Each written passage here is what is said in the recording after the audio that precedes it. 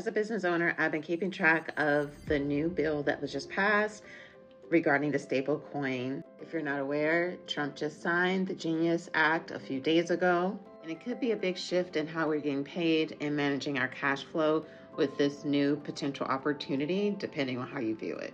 So I'm going to give you a real quick run through on this act, just in case you are not aware of it. Here's the quick version of it. Genius Act is the very first major U.S. law to help regulate stablecoins. And you might be saying, what are stablecoins? Story short, it's a type of cryptocurrency. What makes it different is that it's also tied to the U.S. dollar. The good thing about this act is that it will be also attached to banks, payment companies, and some fintech companies. The thing is that there will be some really strict rules when it comes down to this. Here's some of the rules that they're going to have to adhere to.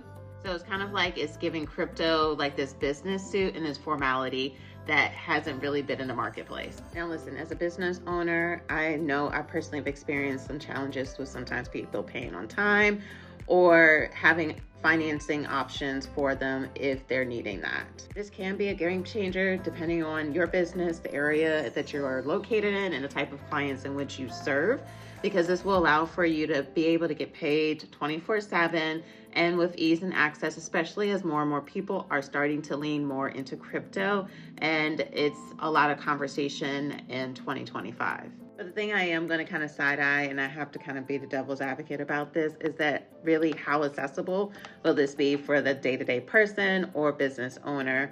The reality is that everyone does not invest in Bitcoin or cryptocurrency. Granted, I'm not going to say if you should or should not. You need to talk to a financial advisor and make the decision that's appropriate for yourself.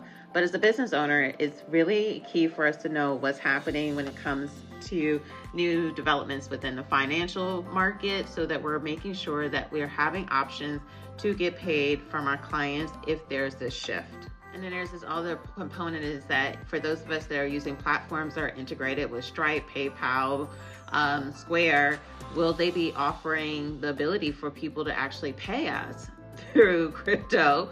And we'll see how that develops.